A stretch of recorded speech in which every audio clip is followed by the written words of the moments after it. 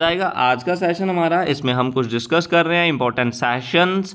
Which of the following cell organelles contain the genetic material of this cell? Nucleus, plastid, mitochondria या vacuoles.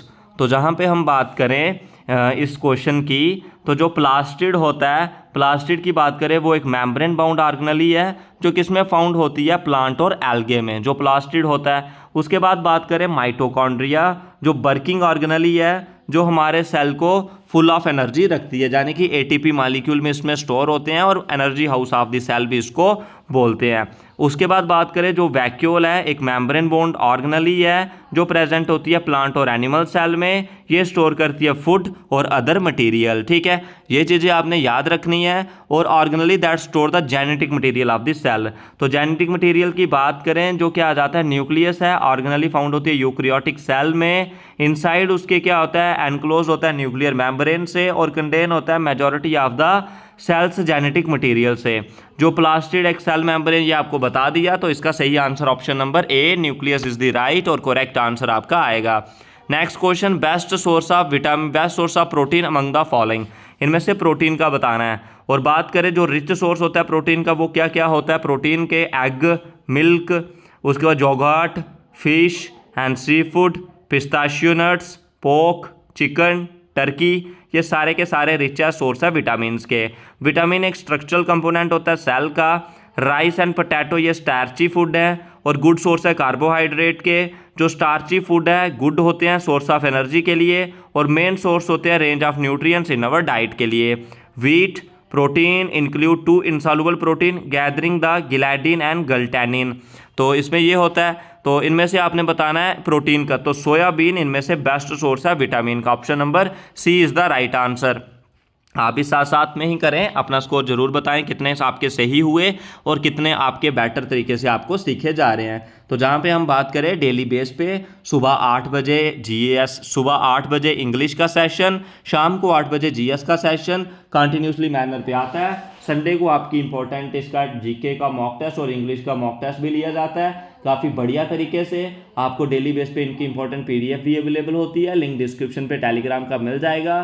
Telegram को join करके वहाँ से free of cost सभी PDF को download कर सकते हो। Which crop grown well best on well drain fertile soil called on highlands. तो इसका आपने सॉरी पीछे वाला क्वेश्चन भी है, who is known as the father of genetics. तो फादर ऑफ जेनेटिक्स कौन से हो जाएंगे, George Mendel. Option number A is the right answer आपका हो जाएगा। तो जो टीएच मॉर्गन है, इनको जो अवार्ड भी किया गया नोबेल प्राइज फिजियोलॉजी में। जॉर्ज मैंडल जो फादर ऑफ हम क्या बोलते हैं जेनेटिक्स। थ्रो इनका जो वर्क था पी प्लांट, जिन्होंने फंडामेंटल ऑफ इनहेरिटेंस दिए थे, तभी इनको फादर ऑफ जेनेटिक्स भी बोलते हैं। और जो फिजियोलॉजी टीएच मॉर्गन ने 1933 में जो डिस्कवरी करी थी, जो प्ले करते हैं chromosomes important role in hereditary ने। उसके बाद चार्ल्स डार्विन ने जो एक कंट्रीब्यूशन दिया था किसके, थ्योरी ऑफ नेचुरल सिलेक्शन का। जेम्स वाटसन और क्रिक ने जो क्या दिया था, double helix structure of DNA molecule दिया था। ठीक है, और जो ओप्रेन थे बायोकेमिस्ट थे और वेल नोन थे theory of origin of life को लेके। तो जहाँ पे बात करें जो टी है, टी जो ग्रो करती है best on well drain fertile and soil on highlands पे। ये आपने याद रखना है टी का। इसका option number D is the right answer. Next question, which of the following a communicable disease, scurvy, measles, diabetes, asthma. तो इनमें से बताना है कौन सी कम्युनिकेबल डिजीज है। तो एक होती है कम्युनिकेबल जैसे measles, cholera, typhoid, tuberculosis, hepatitis. Non communicable होगी हार्ट अटैक, कैंसर, अस्थमा, ये सारी ऑल डेफिशिएंसी डिजीज़ है।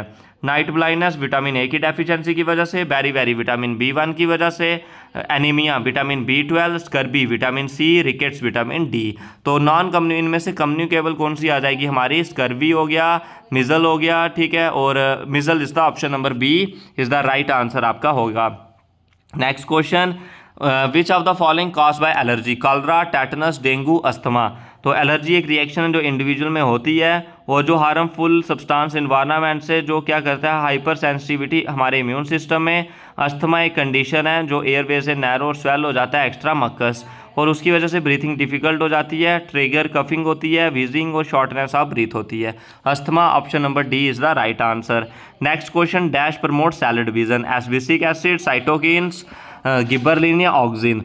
तो एस्बिसिक एसिड क्या करते हैं, प्लांट हार्मोन है, जो डॉर्मेंसी सीड्स एंड बर्ड में प्रमोट करते हैं। साइटोकिन्स प्लांट हार्मोन है जो प्रमोट करता है सेल डिवीजन प्लांट्स में।